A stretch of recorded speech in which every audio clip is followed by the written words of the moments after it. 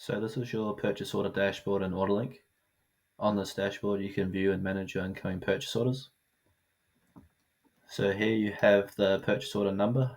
You can also see who the supplier is, who created that purchase order and on what date, as well as the expected date of arrival and what the current status is for that purchase order. So we also have the option to add certain purchase orders to our watch list. For example, if we have critical orders that must arrive by a certain date, we can add them to a watch list and monitor them more closely. If we run through a scenario, and let's say we have these 3 orders that all need to arrive before the end of June, as the contents of these 3 orders will be needed for the same production batch that is planned to begin on the 1st of July. If we look at the ETA dates for these 3 orders, right now we don't need to worry, as they all are expected to arrive before the 1st of July.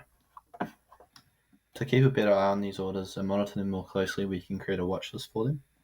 So here you can select watch list, create a new watch list, give it a name, so we can call this production run July, then enter the deadline date.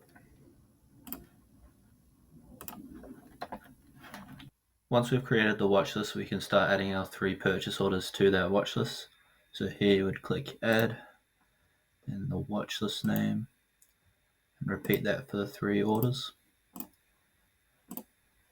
Then we can filter and isolate these orders by clicking here and clicking production run July.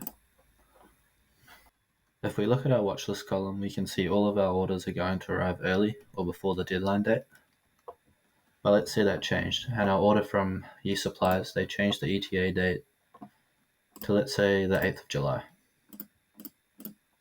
If we go back to our dashboard, we can see that now it's notifying us that this order is going to be late and it's not going to arrive in time for the July production run. But at least this information is visible to us, so if we want to look to source yeast from another supplier, or potentially even push the production run to later in the month, we can make that call sooner rather than later.